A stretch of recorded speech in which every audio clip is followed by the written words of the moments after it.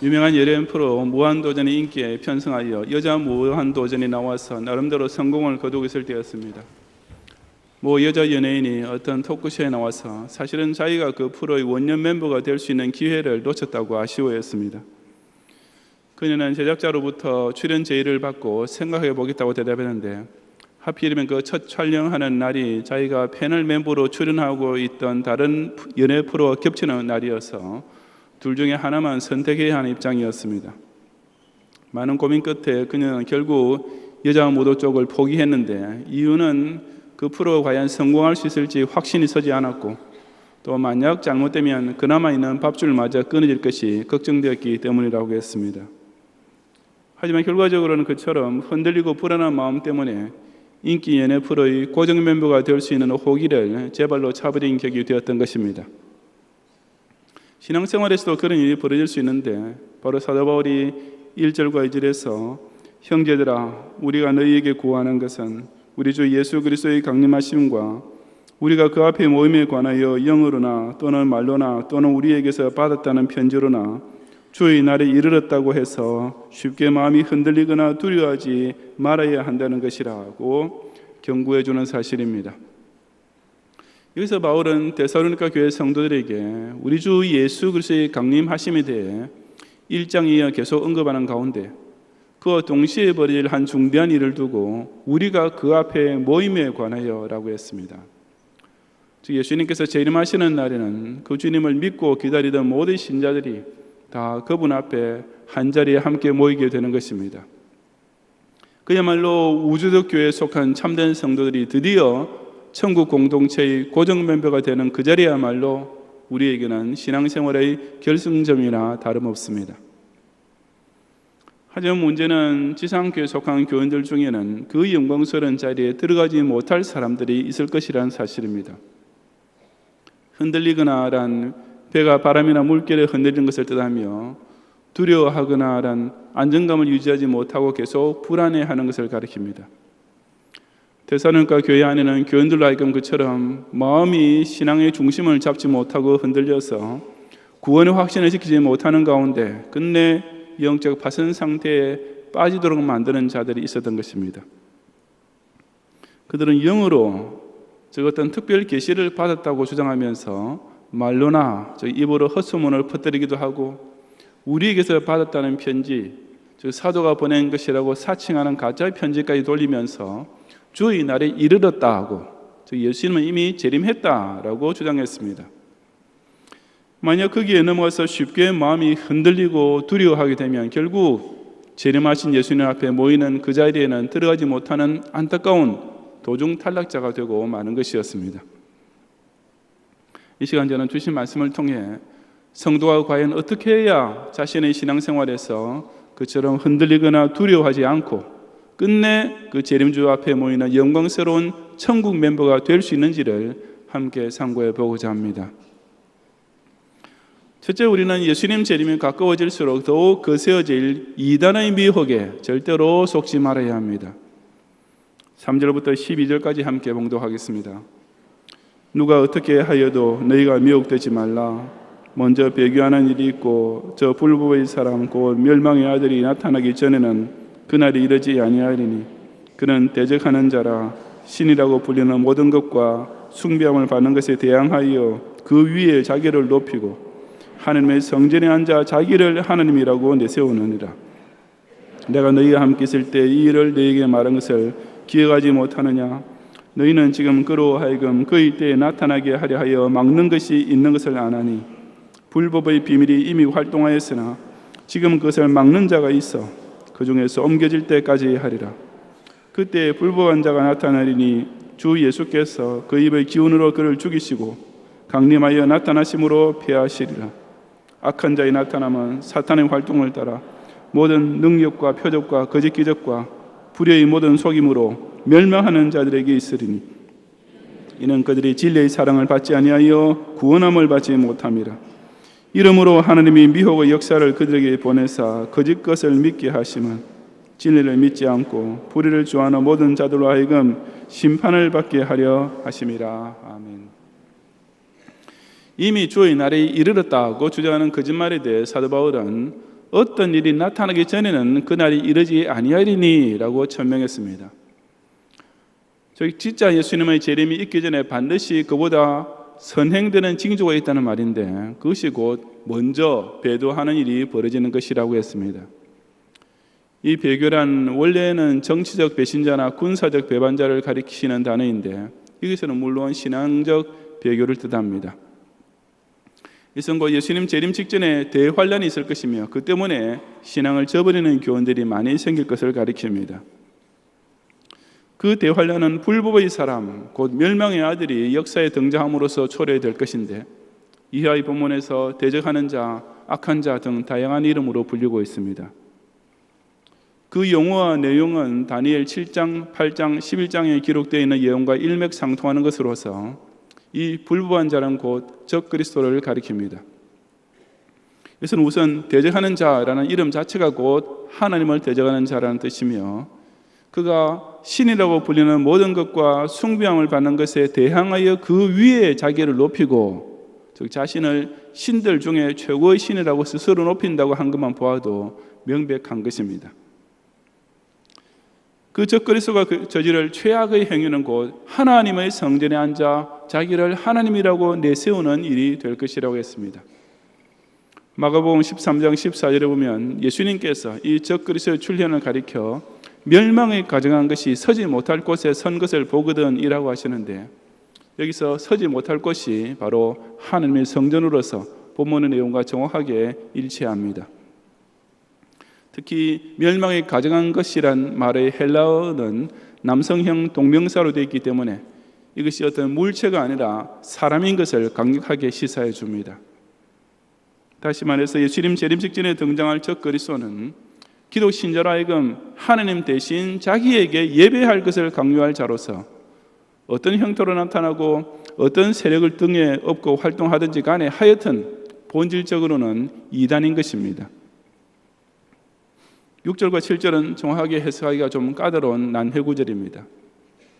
우선 그로 하여금 그의 때에 나타나게 하려 하여란 그 적그리스도가 하나님께서 정해놓으신 때에 나타나게 하기 위하여라는 의미이고 불법의 비밀이 이미 활동하였으나 라는 말은 그 적그리스도의 불법적 활동이 은밀하게 이미 시작되고 있지만 이라는 뜻입니다. 즉 하나님께서는 적그리스도가 마지막 때 환란 때 본격적으로 공개적으로 역사의 무대에 등장하게 하실 것인데 그때가 오기까지는 그 불법의 사람을 막는 것 혹은 막는 자가 있는 것입니다. 그처럼 적그리스도의 활동을 저지하고 있는 막는 것이 무엇인지에 대해서는 로마 제국의 법칙이라든지 교회 혹은 성령 등 여러 가지 해석들이 있지만 어느 것도 확실치는 않습니다. 분명한 것은 하나님께서 당신의 구속사를 통해 이미 예정해 놓으신 때가 차기까지는 적그리스도의 활동까지 전적으로 통제하고 계신다는 사실입니다. 하지만 그 하나님께서 결국은 적그리스도로 하여금 그의 때에 나타나게 하셔서 마지막 대환란을 일으키도록 주권적으로 역사하시겠지만 그것도 잠깐뿐이며 결국 주 예수께서 그를 죽이시고 폐하시는 날이 오게 됩니다. 불법한 자가 사탄의 활동을 따라 행하는 최후 발악은 아주 대단하고 강력해 보이겠지만 약속대로 강림하여 나타나실 재림주 예수님께서 그저 그 입의 기운으로 즉 훅 하고 한 번만 불어버리시면 간단히 끝나는 것입니다.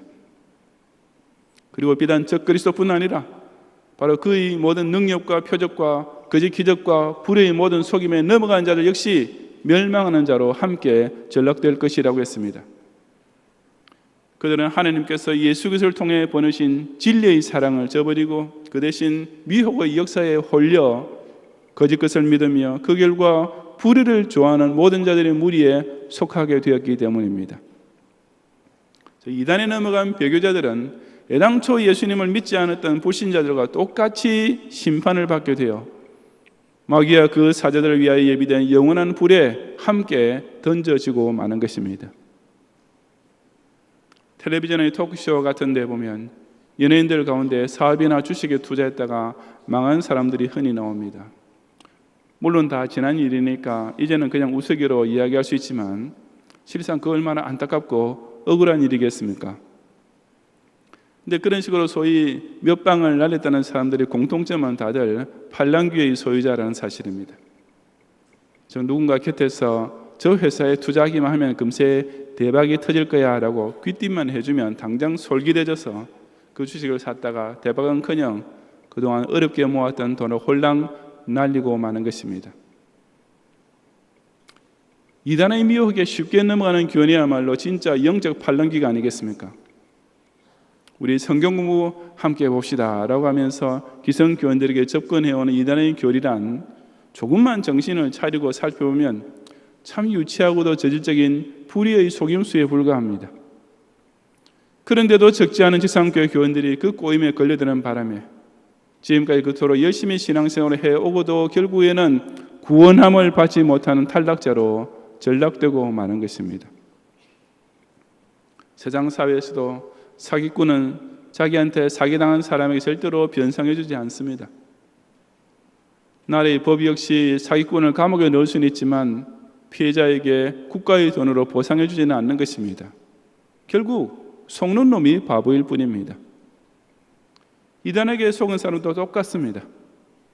나중에 아무리 원망해보았자 그 이단 역시 같이 하나님의 심판을 받게 될 뿐이며 이단에게 속아 배교자가 된 사람 역시 그 이전까지 아무리 충성스럽게 예배생활, 봉사생활, 헌금생활까지 했다 하더라도 그에 대한 보상 따위는 조금도 없는 것입니다. 예수님 재림 직전에 있을 대환란은 결코 정치적 혹은 경제적 환란이 아니라 바로 신앙적인 대환란입니다. 그것은 불법의 비밀이 이미 활동하고 있는 현재의 이단과는 비교도 안 될 온갖 능력과 표적과 거짓 기적이 동원된 아주 강력한 사탄의 활동이 될 것이기 때문입니다. 그때가 되면 적그리스도는 하나님 대신 자기에게 예배할 것을 강요하면서 신자와 교회를 무섭게 비판해 올 것입니다.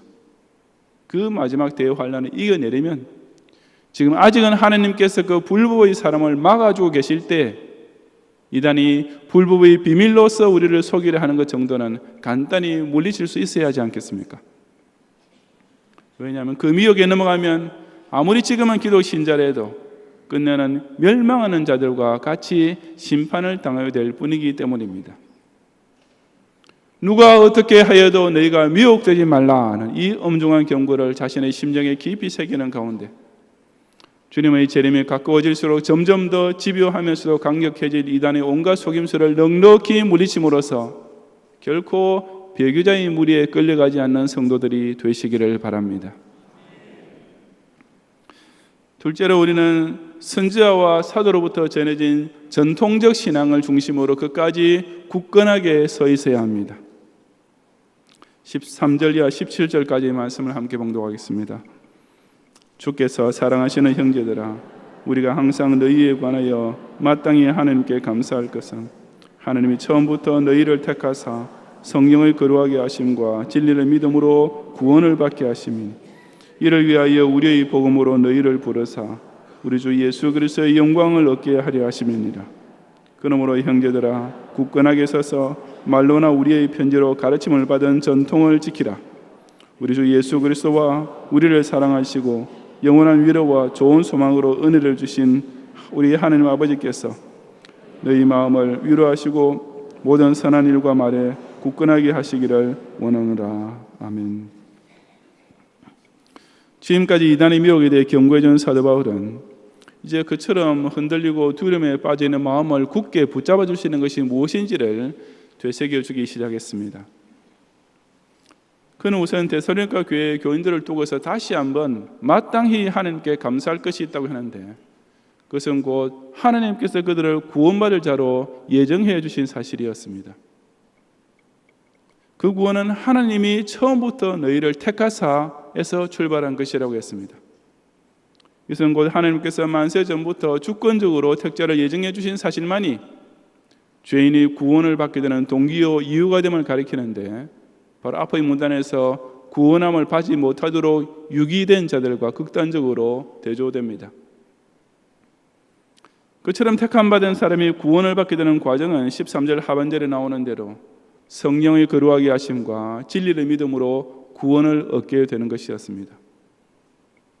이 선택자가 오직 성령의 강권적인 감화 감동을 통해 성경의 진리를 믿고 그 복음에 대하여 신앙 고백을 함으로써 구원 얻게 되는 것을 간단하면서 명료하게 선포하는 말씀입니다. 저 구원의 전 과정이 전적으로 삼위 하나님의 주도적인 역사에 의해서만 이루어지는 것입니다.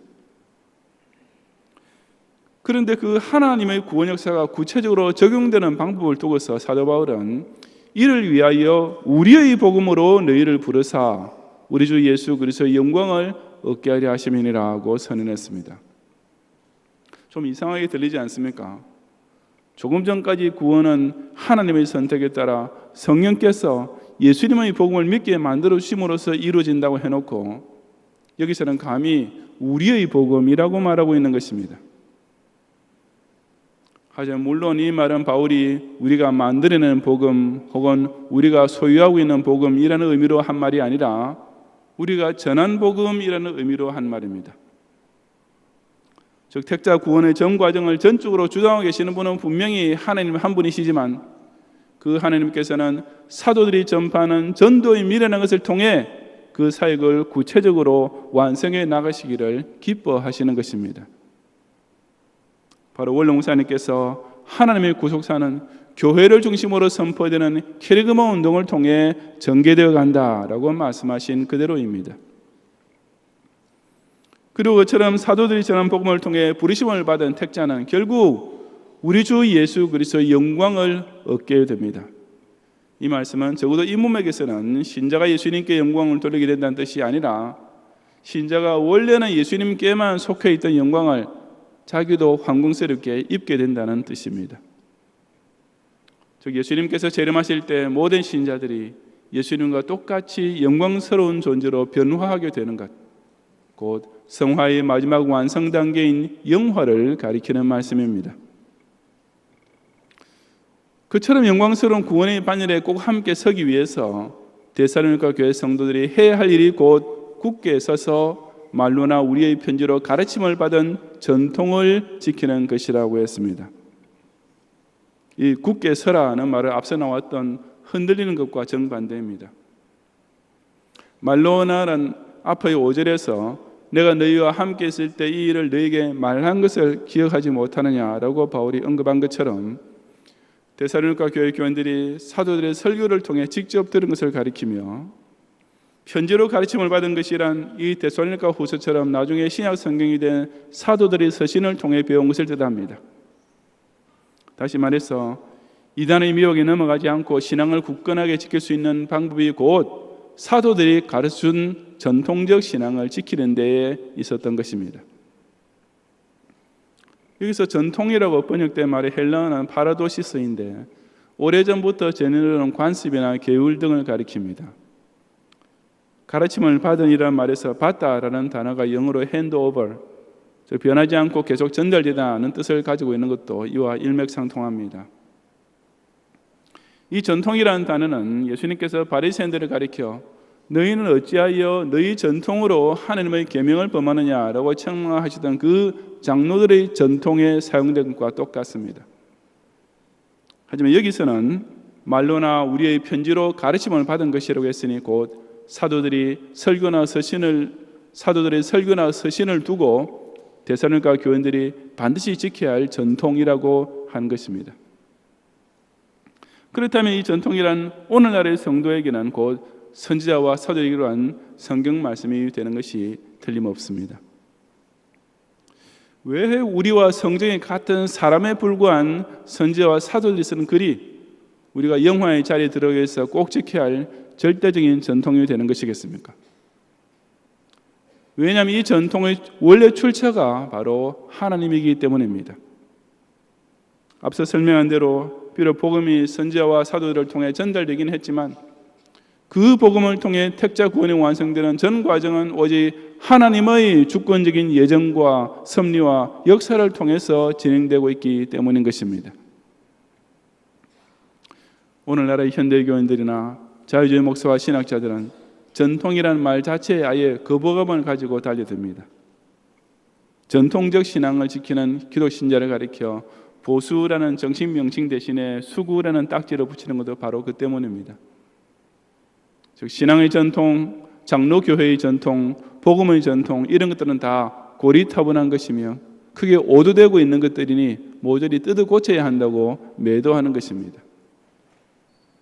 하지만 선지자와 사도는 절대로 그렇게 생각하지 않았습니다. 그들은 그들이 전한 참된 복음만이 마땅히 교회가 되도록 가르쳐야 할 부동의 전통이며 구원의 완성에 이르기 위해서 모든 신자가 반드시 굳게 지켜야 할 유일한 진리라고 확신했던 것입니다. 절대적으로 옳은 것은 결코 시대와 사조에 따라 변하지 않습니다. 그런 까닭에 정통신앙은 초대교회 때부터 현대까지 부단히 전통적으로 이어지고 있는 것입니다. 반면에 자유주의 신학자들이 진보주의라는 미명으로 치장을 해서 내놓는 새로운 복음이라는 것이야말로 여지없는 이단입니다. 새 계명은 이미 예수님께서 스스로 완성해 놓으셨다고 선포하지 않으셨습니까? 즉 선지자와 사도를 통해 지금까지 전달되고 있는 전통적 신앙이야말로 진정 새 복음이며 조금이라도 더하거나 덜할 것이 없는 영원한 새 진리인 것입니다. 우리 개혁주의 기독 신자들이 전통적 웨스트민스터 신앙 고백서 및 대소요리 문답을 우리의 신조로 한다라고 고백하는 근거도 바로 여기에 있습니다.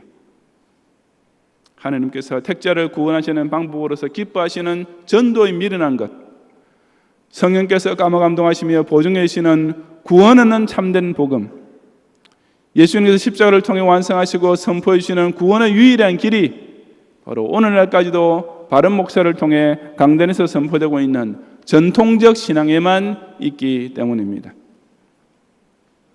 종말이 가까워질수록 더욱 그 세계에 몰아치는 온갖 시험과 핍박 중에 지금까지도 여전히 말로나 편지로 가르침을 받게 해주는 선지자와 사도의 전통적 성경 중심의 신앙을 지킴으로써 영원한 위로와 좋은 소망 가운데 모든 선한 일과 말에 굳건하게 서서 끝내 그리스도의 영광에 꼭 참여하는 성도들이 되시기를 바랍니다.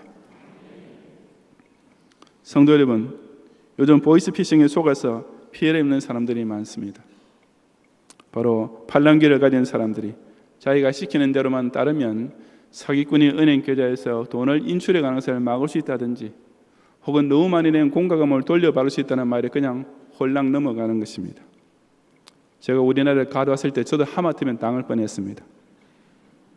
워낙 구구절절 옳은 말씀하시니까 예 끝까지 한 10분 동안 듣다가 제일 마지막에 이제 은행에 가서 그 현금 ATM 그 기계를 누르고 이렇게 하라는 지시가 떨어졌습니다. 그도 따라갔으면 저도 이제 홀랑 다 날리는 순간이지요. 그때 제가 문득 생각난 것이 미국에서 이런 일이 있으면 반드시 지금 전화한 사람이 진짜 자기가 그 관계 기관의 직원이라는 것을 알릴 수 있는 객관적으로 검증할 수 있는 무슨 수단이 있을 것이다, 무슨 절차가 있을 것이다, 이런 생각이 제가 퍼뜩 들었습니다.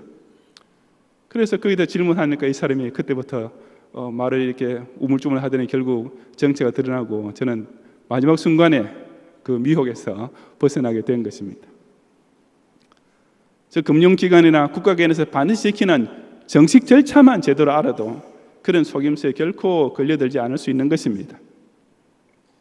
이단의 미혹 역시 전통적 신앙만 똑바로 알고 있으면 아주 간단하게 물리칠 수 있지 않겠습니까? 그리스도의 강림과 우리가 그 앞에 모임에 관하여 저 여러분이 꼭 명심하고 지켜야 할 사실이 바로 이것입니다. 대학교 합격자들만 모이게 되는 신입생들의 입학식이나 서류심사와 필기시험과 면접까지 통과한 후에 드디어 정식 사원이 된 최종 합격자들만 모이는 자리란 거기 들어가게 된 사람들에게는 그 얼마나 기쁘고 자랑스럽겠습니까? 반면에 아슬아슬하게 탈려가는 사람들에게는 한없이 부러운 자리가 될 뿐입니다. 그렇다면 더더욱 재림주 예수님 앞에서의 모임, 그야말로 완벽한 의인들만 모여있는 회중이란 상상만 해도 그 얼마나 멋있고 행복하고 영광스러운 자리이겠습니까? 반면에 신앙생활에서 도중 탈락한 배교자에게 있어서는 그야말로 슬피 울며 이를 갈 수밖에 없는 순간이 될 수밖에 없는 것입니다. 종말이 다가올수록 마귀는 자기 때가 다 된 줄을 잘 아는 까닭에 더욱 발악을 하면서 할 수만 있다면 택자까지도 미혹하려고 우는 사자와 같이 두루다니며 삼킬 자를 지금 이 순간에도 찾고 있습니다.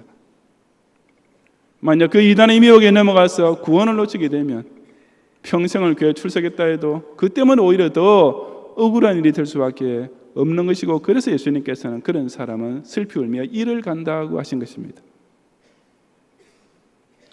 지금 이 순간에는 이 경양공동체의 회중에 함께 앉아있는 교원들 중에도 그런 안타까운 탈락자가 나오지 않는다는 보장은 전혀 없습니다. 하지만 그런 일이 내게 벌이지 않게 하는 방법은 간단합니다. 오직 성경 말씀에 가르치는 그대로 전통적 신앙만 굳게 믿고 따르면 반드시 그 결승 테이프를 함께 끊을 수가 있는 것입니다.